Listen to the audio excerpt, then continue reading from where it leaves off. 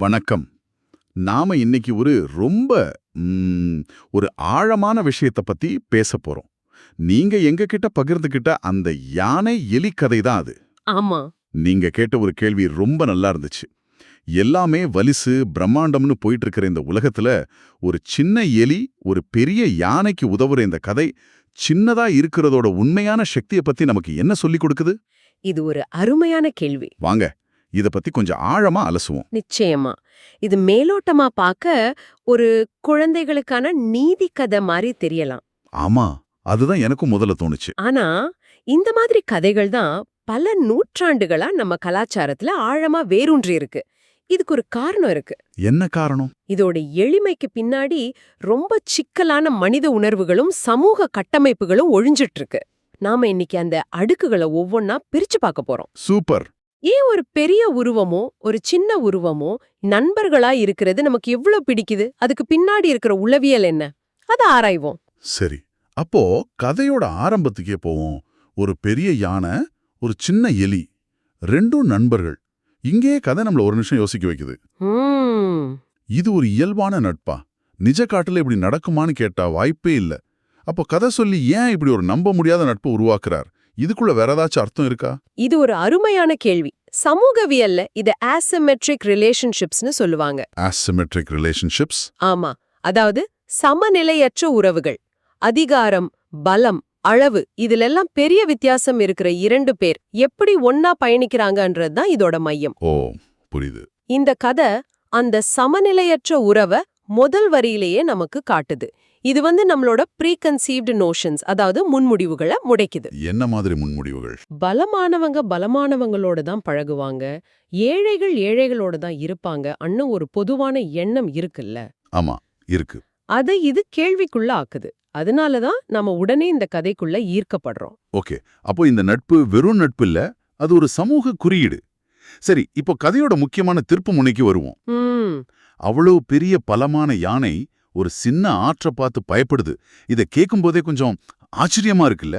ஒரு யானைக்கா தண்ணிய பார்த்து பயம்? இங்கதான் கதை ரொம்ப ஆழமாகுது. வலிமையோட சின்னமா பார்க்கப்படுற யானைக்கு ஒரு பலவீனம் இருக்குன்னு சொல்றது மூலமா அந்த கதாபாத்திரம் ரொம்பவே இயல்பானதா மாறுது. நிஜமானதா மாறுது. ஆமா, இதுல ஒரு முக்கியமான உளவியல் உண்மை இருக்கு.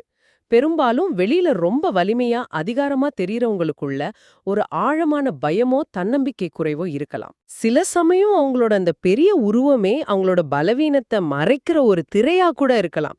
இந்த யானையின் பயம் அதோட உருவத்துக்கு நேர்மாறா இருக்கிறதுனால அது வெறும் ஒரு மிருகங்கிற நிலையிலிருந்து உணர்வுகள் உள்ள ஒரு கதாபாத்திரமா உயருது. வாவ், நீங்க சொல்றத கேட்டா அந்த யானையோட பயம் ரொம்பவே அர்த்தமுள்ளதா தெரியுது. நம்ம எல்லாருக்குள்ளயும் ஒரு யானையும் இருக்கு, ஒரு பயமும் இருக்கு. கரெக்ட். இந்த நேரத்துல தான் நம்ம ஹீரோ எலி உள்ள வருது. யானை பயந்து நடுங்கிட்டு இருக்கும்போது எலி பயப்படாத நண்பா, நான் உதவுறேன் அனு ரொம்ப நம்பிக்கையா சொல்லுது. ஆமா. இந்த ஒரு வரி அந்த காட்சியை மொத்தமா மாத்துது. ஒரு சின்ன உருவத்துக்கிட்ட இருந்து வர்ற அவ்வளோ பெரிய நம்பிக்கை யானைக்கு எப்படி வந்திருக்கும்? அந்த நம்பிக்கை தான் அந்த கதையோட ஆணிவேர். இப்போ எலியோட தீர்வை கவனிங்க. அது ரொம்ப புத்திசாலித்தனமானது. அது தன்னோட உடல் வலிமையை நம்பல. ஆமா, நம்பி இருந்தா அது காமெடியா போயிருக்கும். நிச்சயமா. அதுக்கு பதிலா அது ஒரு நீண்ட கயிறை கொண்டு வருது. இங்கதான் நாம கொஞ்சம் நிறுத்தணும். அந்த கயிறை உண்மையிலே எதுக்கு? அதுதான் எனக்கும் புரியல. அந்த கயிற்றை யானையோட கால்ல கட்டிட்டு மறுகரையிலிருந்து நான் இங்க புடிச்சுக்கிறேன், நீ மெதுவா நட அப்படின்னு சொல்லுது. இத கற்பனை பண்ணி பார்க்கவே சிரிப்பா இருக்கு.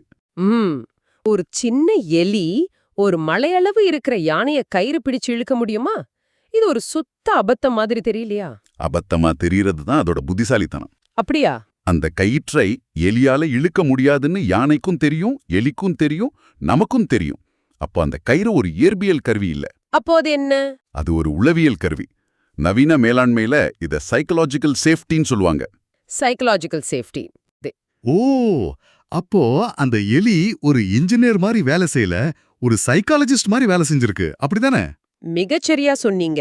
அந்த எலி, உன் பயம் எனக்கு புரியுது, நான் உன்னை கிண்டல் பண்ணல, நான் உனக்கு துணையா இருக்கேன் அப்படிங்கறது அந்த கயிறு மூலமா சொல்லுது.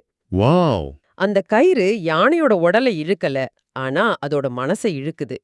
நீ தனியா இல்ல, நான் மறுக்கரையில உனக்காக இருக்கேன்னு ஒரு ஆழமான நம்பிக்கைய கொடுக்குது. புரியுது. பல நேரங்கள்ல ஒரு பெரிய பிரச்சனைக்கு தீர்வு பொருளுதவியா இருக்காது. இந்த மாதிரி ஒரு மனரீதியான பாதுகாப்பா தான் இருக்கும். இது ஒரு முற்றிலும் புதிய பார்வை.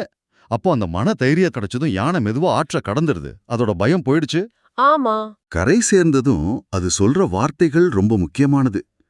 நீ சின்னவனா இருந்தாலும் உன் உதவி ரொம்ப பெருசு. இது வெறும் நன்றி சொல்றது மாதிரி இல்ல, இது ஒரு பெரிய ஞானோதயம் மாதிரி இருக்கு. ஆமா, இது ஒரு ஞானோதயம் தான். இங்க நம்ம இன்னொரு முக்கியமான உளவியல் கோட்பாட்டை பத்தி பேசலாம். அது பிக்மேலியன் எஃபெக்ட். பிக்மேலியன் எஃபெக்டா? ஆமா, அதாவது சுய நிறைவேற்ற தீர்க்க தரிசனம். சுருக்கமா சொன்னா, ஒருத்தர் மேல நாம வைக்கிற எதிர்பார்ப்பும் நம்பிக்கையும் அவங்களோட செயல்பாட்டை நேரடியா பாதிக்கும். ஓ, எலி யானை மேல முழுமையான நம்பிக்கையை வச்சது. உன்னால இந்த ஆற்ற கடக்க முடியும், நான் பிடிச்சுக்கிறேன்னு அது சொன்னப்போ அந்த நம்பிக்கை யானைக்குள்ளேயும் பரவுது. எலியோட பார்வை யானை தன்னைத்தானே பாத்துக்கிட்ட பார்வைய மாத்துது. அப்போ எலி யானைக்கு உதவி மட்டும் செய்யல, யானையோட சுய பிம்பத்தையே மாத்திருக்கு. ஆனா இங்க எனக்கு ஒரு சின்ன சந்தேகம் வருது. சொல்லுங்க.